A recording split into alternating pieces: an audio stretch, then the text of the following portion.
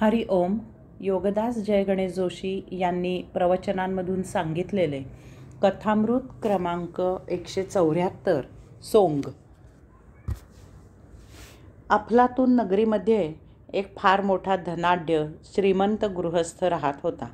त्याला सर्वजण श्रीमंत असेच म्हणत असत. त्याची नगरात मोठी हवेली होती. त्या हवेली सभोवती महाप्रचंड बाग होती. अनेक वृक्षराजींनी, लता पल्लवींनी, फळा फुलांनी ती बाग समृद्ध होती. त्या बागेमध्ये एक योगेश्वराचे फार सुंदर मंदिर होते. मंदिरासमोर एक सुबक तळे होते. त्या तळ्यामध्ये कमळे होती. तसेच अनेक मासे जोडलेले होते. एकदा एका चोराला अनेक दिवस चोरी करायला योग्य अशी संधी मिळाली नाही. त्याची उपासमार होऊ लागली. त्यामुळे तो अगदी बेजार झाला. जेवणाचा प्रश्न निर्माण झाल्यावर त्याला एक शक्कल सुचली. त्याने विचार केला की श्रीमंतांच्या तळ्यातून 4-6 मासे पकडून आणावे आणि ते खाऊन आपले पोट भरावे. त्याप्रमाणे एक छोटेसे जाळे घेऊन तो श्रीमंतांच्या बागेत शिरला. तो तळ्याजवळ आला आणि त्याने काळोखात तळ्यातील मासे पकडण्यासाठी पाण्यात जाळे टाकले. परंतु त्या जाळ्याचा त्या नीरव शांततेत आवाज झाला आणि पहारेकरी हाकारे देत येऊ लागले. कुत्री भुंकू लागली. ह्या प्रकाराने तो चोर जरा गांगरला. परंतु त्याला एक युक्ती सुचली. तो जाळे तेथेच टाकून योगेश्वराच्या मंदिरात गेला. त्याने चटकन आपल्या अंगाला तेथील राख फासली. भस्माचे पट्टे ओढले. साधू बैराग्यांसारखी केसांची जटा बांधली. त्याच्या नशिबाने त्याच्या अंगात एक अर्धी पांढरी विजार आणि पांढरी बंडी होती. अशा या यतिवेशात तो योगेश्वरासमोर ध्यान लावून ओम तत्सत्त्वम असी या महामंत्राचा जप करत बसला. पहारेकरी कुत्र्यांना घेऊन तेथे पोचले. त्यांनी तेथील सर्व प्रकार पाहिला आणि श्रीमंतांना बोलावून आणले. श्रीमंत आल्यावर त्यांनी पाहिले की कोणीतरी मासे पकडायला चोर आला होता. परंतु ह्या यतीच्या जपाच्या चाहुलीमुळे तो तसाच पळून गेला. हा यती मात्र अध्यात्मातला मोठा अधिकारी दिसत आहे. श्रीमंतांनी स्नान केले आणि त्यांनी पहाटे यतीची महापूजा केली. त्याच्यासमोर फळफळावळ धनधान्य ठेवले. हा म्हणता ही वार्ता नगरीत पसरली. लगेच भक्त गोळा झाले. त्या यतीचे दर्शन घेऊ लागले. त्याच्यापुढे धनधान्याचा प्रसादाचा ढीग लागला. चोराने विचार केला की मी यतीचे खोटे सोंग घेऊन येथे योगेश्वराचा जप केला तर मला सन्मानाने कितीतरी मिळाले. जर प्रत्यक्ष मी यती झालो, योगेश्वराच्या या महामंत्राचा जप केला तर माझे आयुष्य सत्कारणी लागेल. तेव्हा सोंग घ्यायचे झाले तरी ते चांगले घ्यावे. जप करायचा असेल तरी तो परमात्म्याचा करावा. यातूनही सन्मार्ग सापडतो. कथामृत 175 तेची पुरुष दैवाचे. दरवर्षी तीर्थयात्रा करणारे बरेच जण असतात.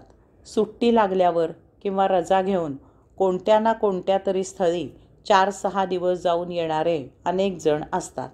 यात नानाविध अनेक प्रकारची मंडळी प्रवास करत असतात. परंतु गुणावगुणानुसार त्यांचे 4 ठळक प्रकार असतात.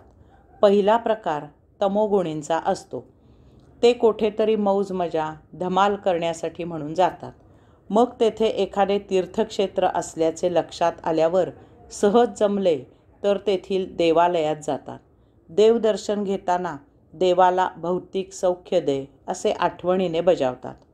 दुसरा प्रकार रजोगुणींचा असतो. ते एखाद्या तीर्थक्षेत्री यात्रा आयोजित करतात. तेथे नवस सायास फेडायचा असतो. लग्न मुंज लावायची असते. दैवत नवसाला पावणारे आहे किंवा दैवत जाज्वल्य आहे किंवा दैवत स्वयंभू आहे असे कोणीतरी सांगितलेले असते. तेव्हा तेथे जाऊन त्याची प्रचिती घ्यायची असते. आपल्याला भरपूर धनसंपत्ती, दीर्घ आयुष्य आणि आरोग्य त्या दैवताकडून मिळावे असा यामागे स्वच्छ हेतू असतो. हे सर्व झाल्यावर आजूबाजूला जाऊन सौंदर्य स्थळेही आवर्जून पाहतात. तिसरा प्रकार सत्वगुणींचा असतो. हे देवदर्शन घेण्यासाठी म्हणून यात्रा आयोजित करतात. तेथे जातात. अत्यंत श्रद्धेने, मनोभावे, यथासांग सर्व धार्मिक विधी करतात. मग सहज जमले तर निसर्ग सौंदर्य पाहतात. परंतु या सर्वाच्या अतीत जाणाऱ्यांचा, या सर्वांच्या पलीकडे निघून जाणाऱ्यांचाही एक चौथा प्रकार असतो. ते केवळ यात्रा परमात्मा प्राप्त व्हावा यासाठीच करतात. त्यांचा यात्रा करण्यात इतर कोणताही हेतू नसतो. ते परमात्म्याचे नित्य उपासक असतात.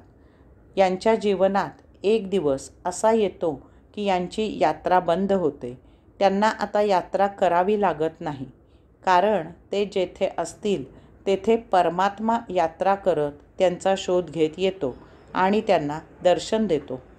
तुकारामबुवांना पंढरपूरहून देहूला येऊन पांडुरंग दर्शन देत असे. अनेक संतांची अनुभूती अशीच आहे. कबीराने एक दोहा लिहिला आहे. मी इतके दिवस दररोज रामनामाचा जप करत असे. माझा अगदी मनापासून तळमळीने नित्य नियमितपणे रामनामाचा जप चालू असे. त्यावेळी राम अगदी निश्चल, स्वस्थ, शांतपणे माझा जप ऐकत असे. आता मी अगदी निश्चल, स्वस्थ, शांत असतो आणि रामाने माझ्यासाठी केलेला रामनामाचा जप ऐकत असतो. साधक जेथे असेल तेथे गाभारा तयार व्हावा. त्या सभोवती मंदिर उभे राहावे. परमात्म्याने तेथे यावे आणि विराजित व्हावे आणि साधकाला दर्शन द्यावे. तेची पुरुष दैवाचे. हरि ओम.